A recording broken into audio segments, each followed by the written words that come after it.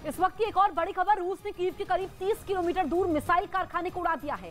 बताया जा रहा है कि कीव की इस फैक्ट्री में यूक्रेन मिसाइल बनाई जा रही थी, जिसे रूसी सेना ने तबाह कर दिया है। जब मीडिया की टीम इस फैक्ट्री के पास पहुंची तो देखा कि रूसी हवाई हमले में फैक्ट्री के आसपास की इमारतें पूरी तरह तबाह हो चुकी हैं।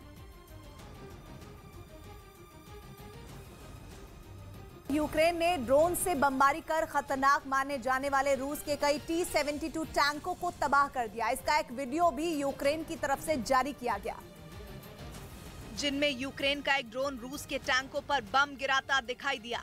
ड्रोन से गिराया गया बम जैसे ही टैंकों से टकराया, वहां धमाके के बाद तेज रोशनी उठी और धुएं का गुबार आसमान की तरफ उठता दिखाई दिया।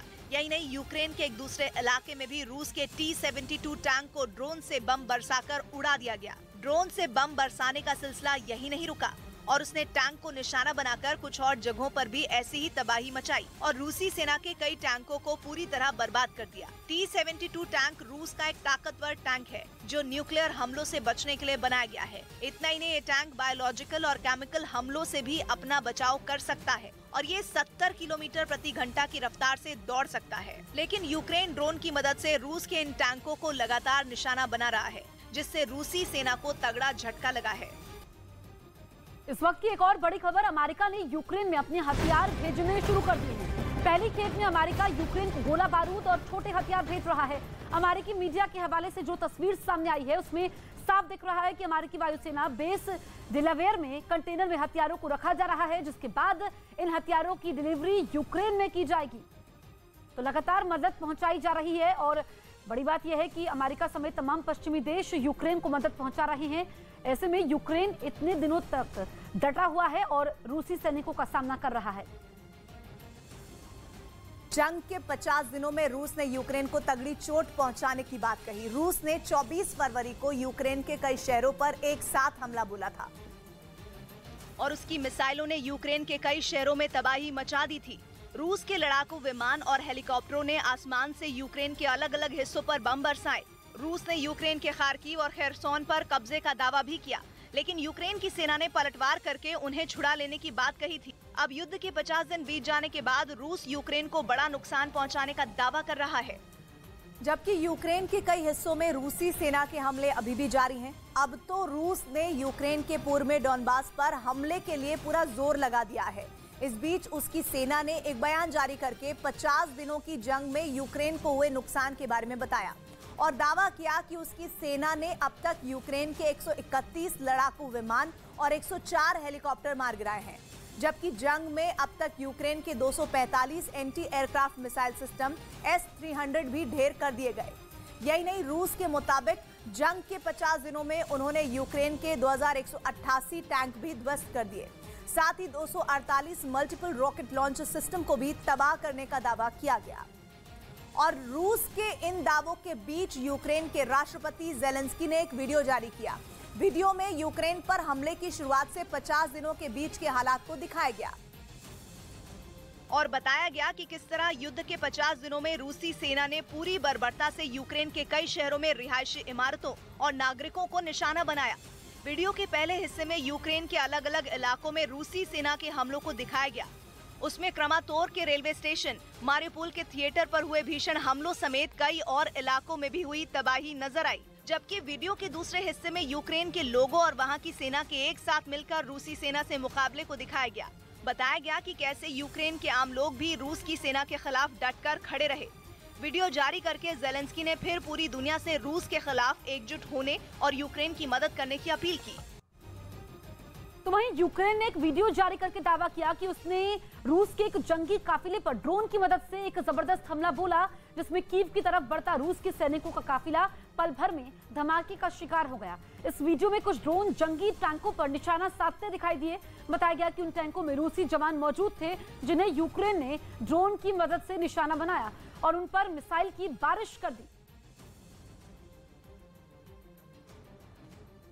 ब्रेकिंग न्यूज आ रही है। अमेरिका की खुफिया एजेंसी CIA के डायरेक्टर ने बहुत बड़ी चेतावनी दी है। उन्होंने साफ कहा है कि रूस के यूक्रेन पर परमाणु हमला करने के खतरे को नकारा नहीं जा सकता, इसलिए अमेरिका उसे बिल्कुल भी हल्के में नहीं ले रहा है। CIA के डायरेक्टर ने साफ कहा है कि यूक्रेन में मिल रहे तगड़े झटकों से खींचकर पुतिन वाकई उस पर परमाणु हमला कर सकता है। ये बयान तब आया है सामने जब पुतिन के पुराने साथी और रूस के पूर्व राष्ट्रपति दिमित्री मेदवेदेव ने स्वीडन और फिनलैंड को नेटो से जुड़ने पर इलाके में परमाणु हथियारों की तैनाती की चेतावनी दी है। कीव से अरुण लाइव जुड़ रहे हैं। अरुण, इन धमकी को सीरियसली लिया जाना चाहिए या नहीं? जी प्रीति, ये बहुत बड़ी चेतावनी है जो सीधे अमेरिका से आई है। इसका मतलब है कि पुतिन अब तक जो कहते थे कि वो परमाणु युद्ध छेड़ देंगे, वो सिर्फ गीदड़ भभकी नहीं थी, ऐसा वो कर भी सकते हैं। क्योंकि देखिए, दुनिया पुतिन के गुस्से को जानती है, दुनिया ये भी जानती है कि पुतिन को हार बर्दाश्त नहीं है। तो क्या जीतने के लिए पुतिन परमाणु बम से हमला कर सकते हैं? अब इस बात की तस्दीक अमेरिका ने भी कर दी है कि ऐसा वो कर भी सकते हैं। मतलब अमेरिका का टॉप इंटेलिजेंस ऑफिसर तक रूस के यूक्रेन पर परमाणु हमला करने के खतरे से सख्ते में है और इसलिए वो अमेरिका तो क्या पूरी दुनिया को सतर्क कर रहे हैं कि पुतिन वाकई यूक्रेन में परमाणु बम बरसा सकते हैं। यानी रूस लगातार परमाणु हमले की जो धमकियां दे रहा है वो गीदड़ बम की नहीं बल्कि सच साबित हो सकता है। क्योंकि खुद अमेरिकी खुफिया एजेंसी CIA के डायरेक्टर विलियम बर्न्स को भी डर है कि कहीं यूक्रेन में अपनी भद्द पिटती देख पुतिन इतने न बौखला जाए कि वाकई यूक्रेन पर परमाणु हथियार दाग ही दे। इसलिए उन्होंने अमेरिका को चेताया कि वो पुतिन की धमकी को हल्के में लेने की भूल बिल्कुल न करें। ये बहुत बड़ा बयान है क्योंकि यूक्रेन की जंग की शुरुआत में ही पुतिन ने परमाणु हमला करने वाली अपनी फौज को अलर्ट पर रहने का आदेश देकर सनसनी फैला दी थी। लेकिन तब भी अमेरिका ने इसे पुतिन की धमकी न मानकर महज दुनिया को डराने का पैंतरा बताकर खारिज कर दिया। लेकिन इस बार अमेरिका की खुफिया एजेंसी के प्रमुख ने पुतिन की बातों को गंभीरता से लेने की बात कहकर पूरा का पूरा सीन ही बदल दिया। उनकी चेतावनी की टाइमिंग भी काफी अहम है। ये तब दी गई जब इससे कुछ घंटे पहले पुतिन के बेहद करीबी और रूस की सिक्योरिटी काउंसिल के डिप्टी चेयरमैन दिमित्री मेदवेदेव ने स्वीडन और फिनलैंड को चेतावनी दी थी कि अगर वो नेटो से जुड़े तो फिर रूस को अपनी सुरक्षा के लिए अपने पड़ोस में परमाणु हथियार तैनात करने होंगे। जिसके बाद CIA चीफ ने भी आगाह किया कि यूक्रेन की जंग परमाणु युद्ध में बदल सकती है और पुतिन यूक्रेन जीतने के लिए कम ताकत वाले मतलब छोटा धमाका करने वाले परमाणु बम चला सकते हैं। लेकिन नाम पर मत जाइए, ये बम कहने को ही छोटे हैं लेकिन तब भी तबाही बड़ी ही मचाते हैं। दूसरे विश्व युद्ध के दौरान जापान के हिरोशिमा पर अमेरिका ने जो बम गिराया था, जिसके धमाके में 90,000 से 1.5 लाख लोगों के मारे जाने का दावा किया जाता है, छोटे परमाणु बम ताकत के मुकाबले में उस बम से बस जरा से ही पीछे होते हैं। लेकिन तब भी जिस शहर पर फट जाएं, उसका नामो निशान मिटाने का दम रखते हैं। एक अनुमान के मुताबिक रूस के पास ऐसे कम ताकत वाले परमाणु हथियारों की गिनती 2000 के करीब है। और तो और रूस के पास पूरी दुनिया में परमाणु हथियारों का सबसे बड़ा जखीरा है। अमेरिका का नंबर भी रूस के बाद ही आता है। इसलिए माना जा रहा है कि पुतिन यूक्रेन में छोटे परमाणु बम दागकर जंग में बढ़त हासिल कर सकते हैं।